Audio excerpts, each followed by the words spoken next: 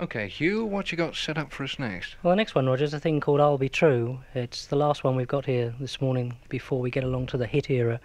And when I say the hit era, I mean the hits that Bill had with the big American Decca Company. I picked this one for one reason, and that is that this is, as far as I can see, the very first record where Bill was using drums and sax. And for that reason, I think it warrants a listen. Right.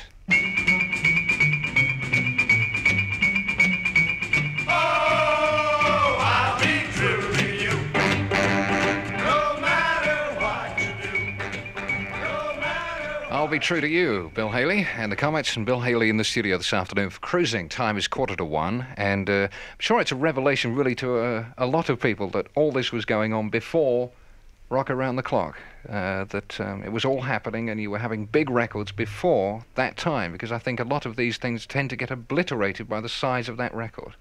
Well, yes, Roger. This has been a thing that I wish we could tell this story. I'd like to tape this and use this thing many times in the future. It would save me an awful lot of explaining.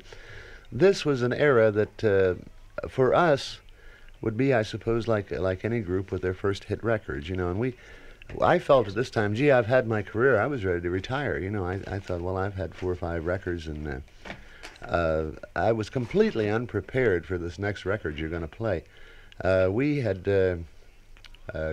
signed with the big company in New York at that time. I remember how big that was for me, coming from a little town. I went to New York and I saw Broadway, and I signed with Decca Records, which I think was I don't have to think. It was the big break of my career, because it's a great company. And I met my friend Milt Gabler, and I had been carrying a song. There's quite a story. You probably have heard this, but and I'll make it very short. But a friend of mine by the name of Jimmy Myers and Max Friedman had written me a song, and they'd given it to me. And Jimmy Myers and a fellow by the name of Dave Miller, who was the head of Essex Records, had some clash of personalities. They didn't like each other.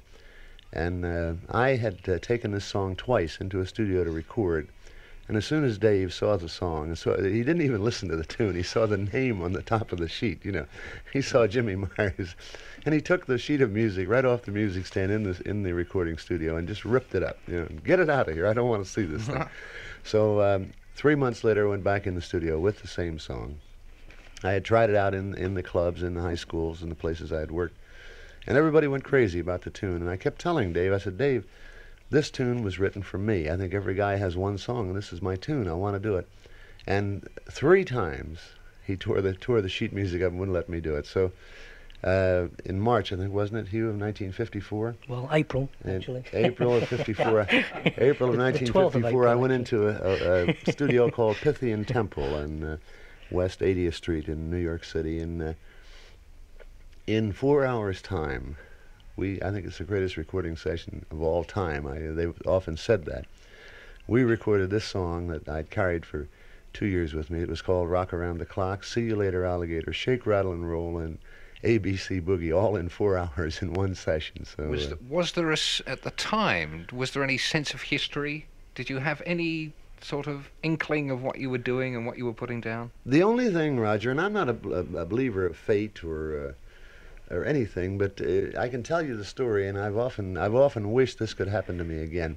On the way to New York, we had to cross the Delaware River. I said to a little town called Chester, Pennsylvania, and at that time they didn't have a bridge. It was a ferry boat that went across the river, and we were so excited. You have to imagine us going to New York, you know, I mean, for the first time to record. You know, the guys, everyone was so excited. The ferry boat got stuck on a sandbar now in the middle of the river, and we were there for 2 hours on our big chance, you know, and we were so I often wondered if that was a twist of fate, and every session after that I was even going to pay the captain of the boat to stick that boat on the sandbar once again. So, but no, we didn't. We knew, of course, that we were the rage of the country at the moment, you know, just in the States, because this thing had already started. I mean, we had the kids dancing all over the country, but I don't think there was any historical feeling, because it was as I said, Milt Gabler, it was his first recording session with us as A&R man, and it was a new studio for us. But we were so ready when we walked in there. I mean, we had the feeling. The band, it was a case of, I think, the greatest rhythm band of the last 30 years. Those guys, Danny Cedrone, who's dead and gone, and Billy Williamson and Johnny Grande and Ralph Jones, and we had the other words. We were hot. When you're hot, you're hot. You know, we were hot for that session, and we just bounced into the studio, and it all seemed to jive right at that time. The big one. 1, 2, 3 o'clock, 4 o'clock, rock. 5, 6, 7 o'clock. Well, it's almost exactly 20 years, right? Almost 20 years to the month. It as will you went be in the studio 20 and did that. years on the 12th of April in a few weeks' time, yeah. And I'd like £1 for every time you've done that on stage. How do you... Last night we did this, and Roger, we were just saying this. I don't know how many times you said you have to be tired of singing it, and strangely enough, I'm not. Now, every other tune is true, but with this tune, I don't know why. But whether it's the enthusiasm of it or being honest, maybe when I'm doing those shows, sometimes maybe 2 or 3 in the morning, I'm a little tired. I know that that's the last song, so maybe I get buoyant for the tune, but. The tune even picks us up. I mean, it just seems to, there's just something about it that seems to reach out. It seems to be the signature tune of an era of music, you know, and I just don't get tired of it. I love the song. What was the thing chronologically between the doing of the song and Blackboard Jungle? The song was a hit before, or it had started to take off before the film, or what? No. What happened, Roger? At this time, you remember now, as I've said, we just came off a #1 record with Crazy Man Crazy. This was the first release with Decca. It came out, it went to, and here you can correct me if I'm wrong on this, it went into the charts in America, and it went up to, it was in the top 20. I'm not sure how high it went. It might have gone to number 8 or 9. And Decca, capitalizing on the fact that the group was hot at that moment, released Shake, Rattle, and Roll, which sold 2.5 million records in something like 7 or 8 weeks, and it went to #1, and it just knocked Rock Around the Clock off. And I thought, well, that, you know, we all thought, well, that it's had it, you know. And about this time, they were doing a movie. MGM was doing a movie called Blackboard Jungle with Glenn Ford and a young man. It was his very first picture, Sidney Poitier, and they wanted a song to fit the era of the teenagers in the high schools and what have you. And the producer had Crazy Man Crazy. We go back to what I was talking about a while ago. And he remembered the kids jumping up and down with Go, Go, Go, everybody. And he said, well, let's use a Bill Haley record. They didn't want to use Shake, Rattle, and Roll because it was #1, and they felt that it would go off the charts before the thing came out. And so they chose Rock Around the Clock, and they used it to open the... And I think you know the answer from there. Gee, they came out with that, and... I don't know, I think it's the longest time that any record was #1 on the American charts, and it was #1. At that time they had 3 charts, rhythm and blues, pop, and country and western. And this went to #1 in all 3 and stayed there for 26 weeks, which was completely unheard of. And The one thing that surprises me about that, I'm not sure what the situation was in the States, but I remember that movie coming out here, and me being one of the kids, not being able to go and see it because it was an X film, so I wasn't allowed in. So how were the kids picking up on this? Because in the States, did they have the rating system then, the same rating system now? No, they didn't have it then, and they did in Britain at that time, which I found out later, but in the States they didn't have that, and this was...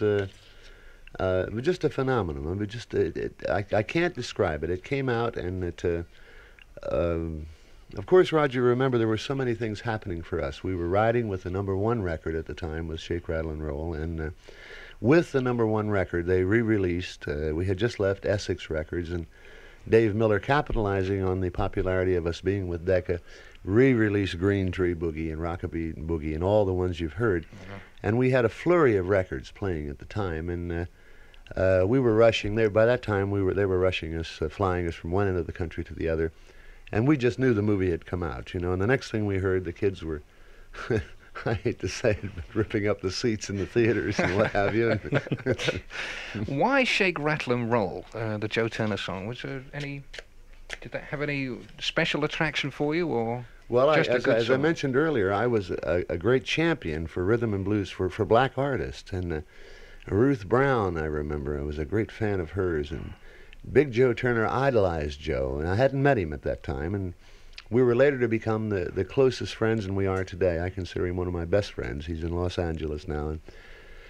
And Joe had recorded Shake, Rattle, and Roll. And it was a race record, as I said, and it was frowned upon. You know, who's going to listen to those things? This was the attitude. I hate to say it, but this was the prejudice that was going on at that time. And I loved the song. I loved to hear Joe Turner sing. I would sit for hours and listen. I idolized Joe Turner, and so I thought, well, you know, he had written the tune. And I said, well, I love the song, so I'll do it. So that was really why I did the tune, Shake, Rattle, and Roll. Here he comes. Get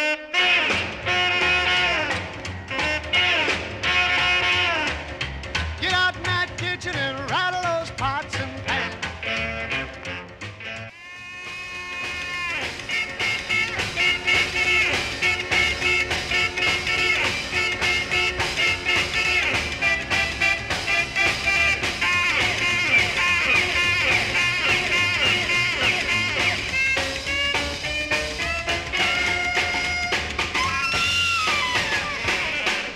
Saints Rock and Roll, Bill Haley and the Comets. This is Capital. It's a Saturday afternoon. Time is 1:07, and this is Cruising with Bill Haley in the studio. And this has got to be, I would think, the most extensive tour you've done of this country since when, would you say? Well, let me see now, Roger. I know in 1957 the first tour was 6 weeks. I think it was just 6 weeks altogether. And I think again in 1964, the tour with Manfred Mann and the Nashville Teens, I think that was 6 weeks. So I would imagine since 1964. Right. And the fellow who's behind it all, actually, your manager who's fixing it all up, is Paddy Mullin. And, right, they've played 3 dates so far, right? The first one was City University. Yeah. That was on the 28th. And then there was Margate and Isle of Sheppey last night. That's right, yeah. So what's coming up in the future? Well, now, I'll just give you some of the London dates, Roger. Right. Or in the London area. Well, you can go out a bit further, because we Yeah. do sort of go Birmingham, Do you know, reach, that sort of... Well, do you reach Stevenage? Oh, yes. Well, we're doing the Locarno Stevenage on the 14th. Yeah. And but I think, Roger, that the main London date, which I'm looking forward to very much, is we're doing a concert at the Hammersmith Palais, which, of course, is a dance hall. But Right. it'll be unusual to do a concert there. And also, we hope to do a live album of At the that concert. date? Yeah. Really? And we're talking about doing a film as well. Good Lord. So, and then after that, we're going along to that very fashionable Rainbow Room in Bieber. Uh-huh. Mr. And Mullin, what is the date we are doing the the concert? 25th of March. Oh, I wanted to know. I want to go there. Are tickets available now? Yes, for that they one? are. Yeah, tickets went on sale last week, Roger. Mm-hmm. And they'll be on sale, and I'm sure that will be sold out long before we go there. Yeah, because that first one was sold out, City University gigs. All so the dates so far have been sold out. a lot of people called about that one, so if you want to make sure of getting him in the London area, it's Right. March 25th March at the 25th Hammersmith at Palais. the Hammersmith Palais and Bieber. And then at the end of the tour, Roger, we go to Louis Manzi's club down in Southend, that Talk of the South, and we're there for 7 days. Right. That'll be nice as well.